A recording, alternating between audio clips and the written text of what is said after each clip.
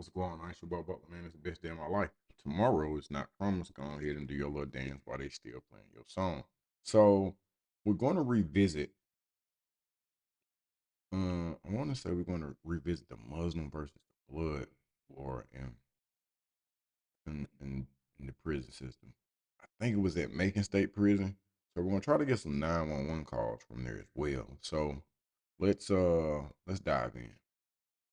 Man, I'm not sure what page I'm gonna post this to, man, but I had to get it up out of here. So my homie just posted this right here. It says every Georgia prison is on lockdown. Check on your loved ones. I believe someone passed away. So within the last couple of days, there is a war going on between in the Georgia Department of Corrections. Once again, let me see. Oh man, I got some people I need to call this in chain gang too. Let me see if I can do it. I want to get this story off, but I want to give you an exclusive as to what's going on. So what is going on is boom, boom, boom, boom. They said that there's a war at Macon State Prison between the Muslims and the Bloods. Oh, this is horrible. This is not good. This is not good at all. Let me see if I can call Macon State Prison, bro. Oh, what's my man name? Boom, boom.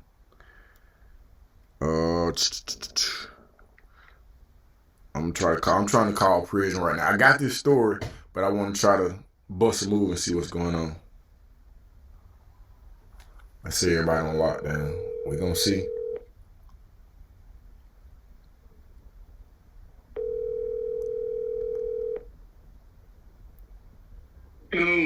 Hey, what's going on with you? What's up with dog? No much, man. Trying to they didn't monetize my page again, so I'm just trying to get whatever info I can for this thing, man. They doing what to you, They didn't monetize it. I'm getting paid off of it again because I wasn't getting paid off of it. Yeah. Y'all on lockdown, folks? Yeah. What's the situation, man? If you can speak on it. If you can't, I understand. No, they right here. I don't know if it was an isolated incident, but some bloods or whatever. Then I turned on I paid that morning or whatever, and then I see somebody just got killed at Macon State too though. So and they saying like it was some type of situation between Muslims and Bloods there. But here or whatever, it's just I don't think it's dead or whatever. I think it was just blood on blood, some of weird stuff like that. Yeah, but they got everybody locked down. Yeah, it's from what I hear, it's a statewide lockdown again. But I think they basing that off of what happened at Macon State. And they think all y'all gonna set it off. I don't know about all y'all, but I'm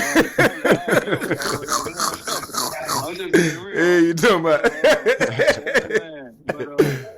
So I don't know how true it is. Yeah, so like I said, I just been reading it. Then I heard him at Macon State. But then I seen something. It was like 10 people that went to the hospital at Macon State, but it was like 5 people involved here. So I heard, and one of them supposedly had done died. And so all the rest. Y'all camp? Yeah. So just a general question. So if there's a misunderstanding at one camp between one part of people and another part of people, that means at a whole nother camp across the state, it got to pop off as well. Depending on how severe the situation is and who it is, they got killed. You feel what I'm saying? So yeah. You already know, like it's somebody high ranking. Yeah, it's going down. Yeah, you know what I'm saying? And so what they try to do is they try to get ahead of the curve, and they try to calm everything down, lock everybody down. But sure, I don't know if you remember, probably about like 4 or 5 days ago, a similar situation like that happened too between some Muslims and some Bloods. I forgot where it happened at or whatever. But, yeah. They put us on statewide lockdown for that. And is that when my point for even revisiting this video is that it's the similar structure. They say Bloods versus Muslims. I see black people stabbing black people. So I'm going back and forth with these different stories because it's the same continuous cycle. Shorter staff, people pissed off, it pops off, people die. I don't think that the powers that be have a desire to stop this process. Because at the end of the day, the system that oppressed is still oppressing. And those who were oppressed are still oppressed. The only difference is that we think that it's each other that's oppressing us. I'll continue. It was close to the weekend because they had stopped visitation. Yeah, it was that situation. And so they put us on statewide lockdown for that, calmed it down for a few days, then we come off. And then, like I said, I read that this morning or whatever. Like 10 people got involved in that at Macon State or whatever. Then they put the dude picture up. But here or whatever, I think it was just a blood on blood type of situation. You know, them folks got like 25 different sets, so they be beefing with each other. So it's enough blood for them to beef with each other. Yeah, you got to know that. Yeah, you know that. I'm knowing that on the outside, bro. You got to remember, like when I was there, bro, it wasn't like folks wasn't screaming that game. Yeah, it wasn't. I'm from a place where I ain't see not near a cell phone when I was locked up, bro. That's how long ago it been. Yeah. But yeah, man. And they steady multiplying, right? Yeah. So I was just thinking, man. I just think to myself, like, wouldn't it just be better, man, and easier for them folks just to classify everybody for those that classify, man, and just put them in their own little situation, and then that way, you can stop all the killing. Man. I mean, not only that, I don't think they're gonna ever stop that. But okay, so here's the thing. Yeah. You know, the Department of Correction, right? They getting federal funded. Right. For program, they getting federal funded for GED, et cetera, et cetera. Yeah. However, like in situations like this, when they stop everything, them folks still getting paid, and that's kind of like fraud on their part. You feel what I'm saying? Yeah. You see what I'm saying? So, yeah. Wouldn't it just be better?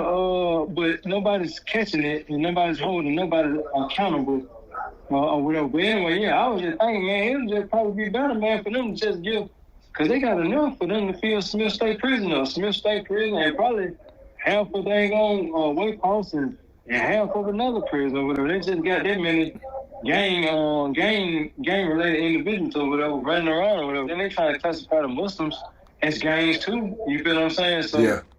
You know, and then that erase all the negativity and all the unnecessary lockdown, and then that way they can continue to get their fair money. It just seems like they're going to get their money regardless of what's going on. Or whatever. But yeah, that's just me thinking, hey, what the hell do I know? Yeah, but see, when you start to add logic to it, Ron, you start seeing it. You start to see it for what it is. Because with me, I have all type of like mindful suggestions, but then I look at what's actually taking place, and then I think about who does it benefit. Cause a lot of times it looked like chaos to us, and it seemed weird, but in my personal opinion, it's running exactly how they want it to run. And that makes you think. Like I'm trying to figure out like what's the objective? What are they? What are they shooting for? Like, what exactly are they aiming for? Are they just wanting us just to kill off each other? Hey, man. Like, what exactly is going on? Because it ain't just. Let me say this. Today I want to talk to you about something that's been happening inside prisons for decades. The conflict between different groups, different organizations, and different mindsets. In this case, the tension that sometimes exists between Muslim groups and Bloods inside the Georgia Department of Corrections. But before we even start, I want to ask a simple question. Who really wins? Because when a fight breaks out, when somebody gets stabbed, when somebody gets put in the hole, when somebody catches a new charge, or when somebody loses their life, who actually benefits? The Bloods have their structure. The Muslims have their structure. Both groups talk about loyalty, brotherhood, and standing for something bigger than themselves. But somewhere along the way, too many men end up fighting each other while the real opportunity slips away. You see, the prison is already designed to take your freedom. Why give it your future too? I've seen men throw away parole dates, educational opportunities, and relationships with their families because they got caught up in conflicts that had nothing to do with them personally. Somebody else's disagreement became your emergency. Someone else's pride became your prison sentence. The truth is that Most of the men involved in these conflicts come from the same communities. They grew up in similar neighborhoods. Many experienced the same poverty, the same trauma, and the same lack of opportunity. Yet, once they get behind those walls, they become enemies. Imagine if the same energy used to organize violence was used to organize education. Imagine if the same commitment used to defend a reputation was used to build a business, earn a degree, or mentor a younger person. Whether a man identifies as a Muslim, a Blood, a Crip, a GD, a good fellow, or nothing at all. The goal should be the same. Make it home alive and become a better version of yourself. The cemetery is full of men who thought they had something to prove. The prison system is full of men who made emotional decisions instead of logical ones. At some point, we have to ask ourselves a difficult question. Are we fighting for a cause, or are we fighting because fighting has become habit? Because when the smoke clears, when the lockdown ends, and when another family gets that devastating phone call, nobody celebrates. Everybody loses. The real victory isn't defeating another group. The real victory is defeating the mindset that keeps us divided, incarcerated, and buried before our time. That's the conversation we should be having. The game, guys, you got understaffed, you got medical service. People ain't getting the proper medical treatment. Like, okay, so check this out. So the other day, right? Long story short, so they went around putting padlocks on all the doors. You mean like the cells or the dorm? No, and dorms, cell houses. I'm in the open dorm. So they got a padlock right now on our front door. And so I said that to say this. Okay, so the other day he was an older gentleman. He was an older Muslim. And so I don't know what his issue was, but obviously he been neglected as far as like medical treatment. Okay. So anyway, they with no officers. They don't never be no officers down where we at. So so somebody shoot out and they gotta run like it's almost like we call it the green line. So they gotta run way down the chute to get the officer. The officers over there in the hole, which is probably like maybe 500 feet, probably more away from us. So they standing at the end of the fence trying to get the police. It took them probably about like 30, I ain't exaggerating, probably a good 30 minutes. So the police finally get down, huh?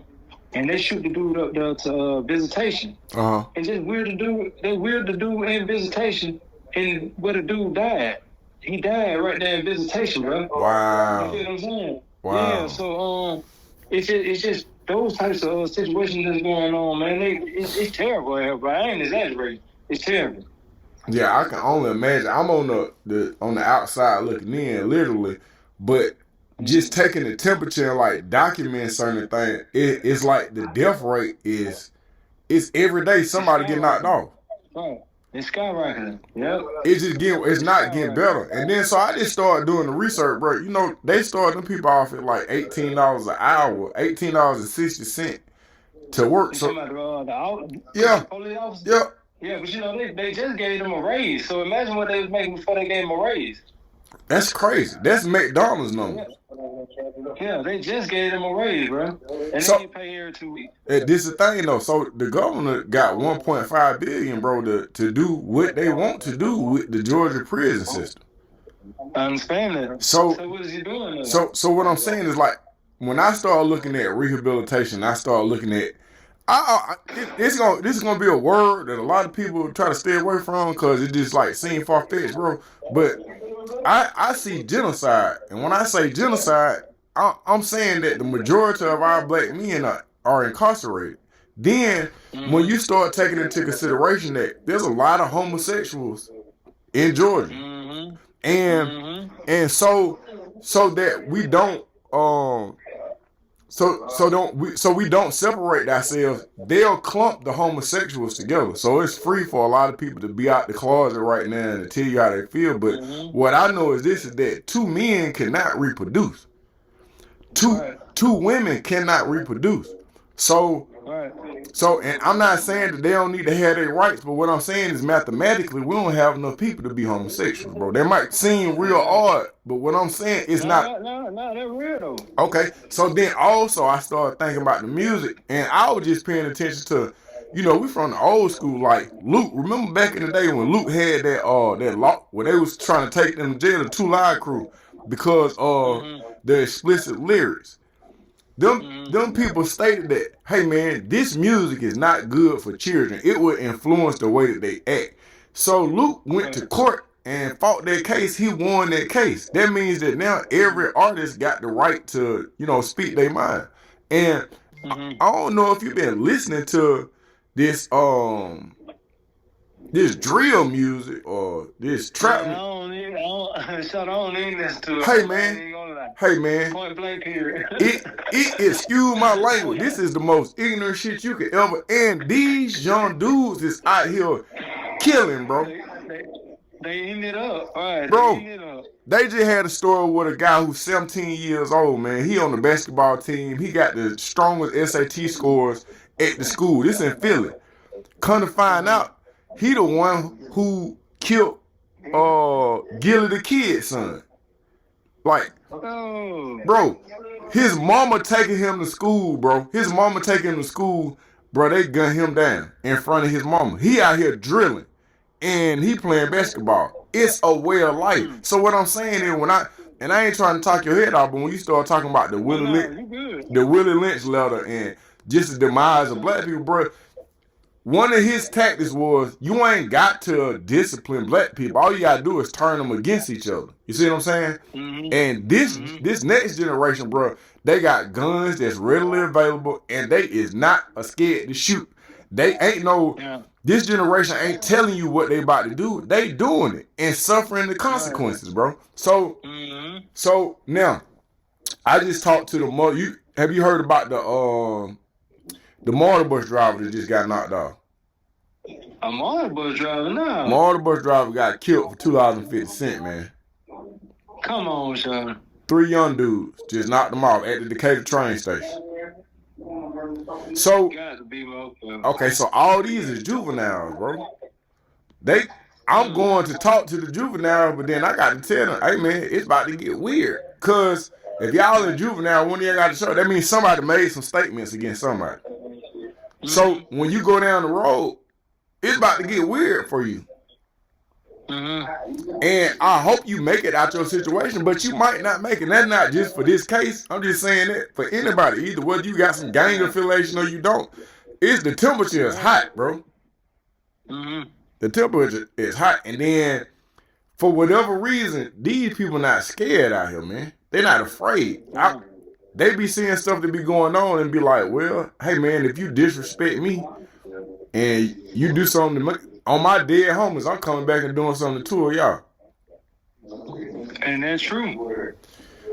We don't win like that.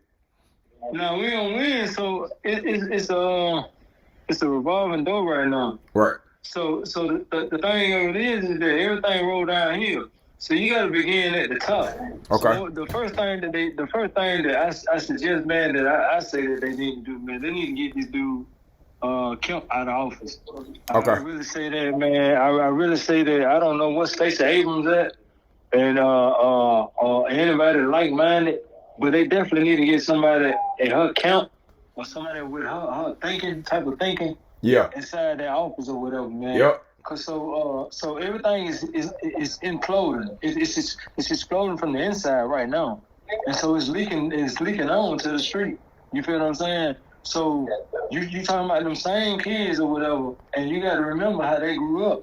They grew up under us, and so we was ignorant to the fact too. You feel what I'm saying? So we out there doing what we were doing to gain our stripes, but in their eyes, it's cool to them. You feel what I'm saying? Yeah. You get what I'm saying? Yeah. So now we got to go back to the basics. We got to first of all help those who trying to help themselves. You feel what I'm saying? Yeah. Like I was just a mentor. I was a mentor before I came to this. Let me say this to every gang, every organization, every hood, every clique, every set inside the Georgia Department of Corrections. I want to ask one simple question. What if we came together? Not a fight, not to fight, not to divide, not to prove who's the toughest, but to save lives. The Bloods, the Crips, the GDs, the Goodfellas, Muslims, Vice Lords, Serenos, Ghost, whatever. And every other group represented behind those walls all come from the same community. Many of us grew up on the same streets, attended the same schools, and experienced the same struggles. We've buried enough people. We've watched enough mothers cry. We've attended enough funerals. The next generation is watching us. Let's give them something different to look at. Let's show them that unity is stronger than division, that wisdom is stronger than violence, and that respect is stronger than fear. Imagine what would happen, what could happen if all of that leadership, all of that influence and organization was used to mentor young people, stop violence, and help men return home better than they came in. We don't have to agree on everything. We don't have to wear the same colors or believe the same thing, but we can agree that life is valuable. We can agree that every man deserves a chance to make it home, and we can agree that the future of our community depends on what we choose to do today. Let's stop counting bodies and start counting victories. Let's stop creating enemies and start creating solutions. Let's come together, not for gain, not for prison, but for our people. This prison. So why not help people like mine and like myself who can help solve the issue, help get us back out there. Yeah. It's one thing. So it's like this. So it's one thing, and you already know them kids, man. It's one thing when they can relate, but you got square ball nerd Tommy Joe who ain't seen a day in the streets over there. Them folks ain't trying to hear what he's saying, man. Them the same ones they gonna look at him and want to rob him. Right. But the same ones who they followed, the same ones who they looked up to and they pattern themselves behind, put them back out there and let them correct the problem. Let them fix their wrong that they did. And I'm trying to say that that's what I'm willing to do. Yeah. Give me a chance. I know I can reach. I probably won't be able to reach a lot of them, but I can reach some of them. Right. That makes sense, bro.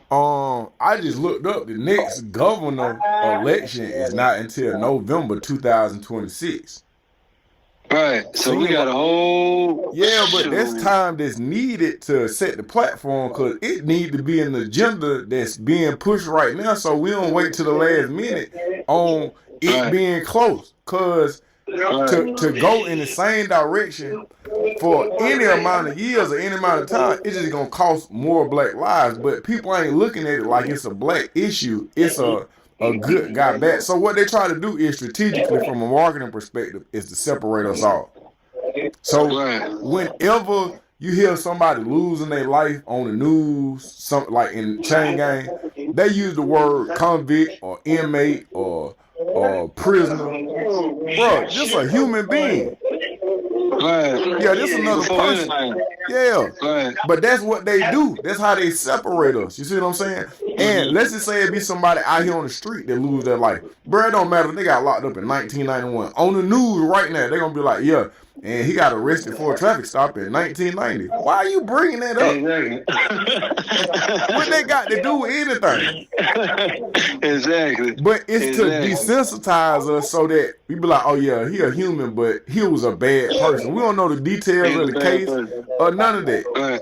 It's just easier to ignore a dog with rabies than it is to ignore your poodle, if that makes sense. Yeah, it do. It makes a lot of sense. Yeah. It do, sure. And so my thing is, like I said, man, it rolls down here. But have you noticed with everything that's going on, you rarely hear anything about the parole board. No. That ain't in the business of letting you out. Exactly. So therein lies the issue. You got people, man, it's a lot of anger and built up frustration. It's a lot of stuff that these folks going through here, man, because they don't see no way out. Right? Yeah. And not only that, so we're gonna revert back to them kids, to the younger generation. They coming in fresh off on the third or whatever. And they know what they up against. So therefore when they get in here, man, shoot, they don't see no way out. Shoot, they coming into a system, man, with Joe Blow been locked up 40, 50 years. Yeah. You feel what I'm saying? And they ain't trying to get this man no kind of reprieve or no slack or none of that, man. So when they hit the system, bro, first thing they on their mind is join the gang, grab a knife, and don't go. And however it turns out, it just turns out because they see no way of making the situation better. Yeah, everybody make mistakes. I'll say this, then I'll conclude, bro. It's hard to get off the plantation, bro, if we fighting over biscuits. It's hard to get free. It's hard to breathe. It's hard to see what tomorrow look like if we think that the other slaves are our enemy. It's not how it works. It's not. I don't. It's just gonna keep bumping your head, and maybe, some will benefit eventually. I hope. I pray. I expect that we'll start to see what's really going on. Until then, rest in peace. I'm out.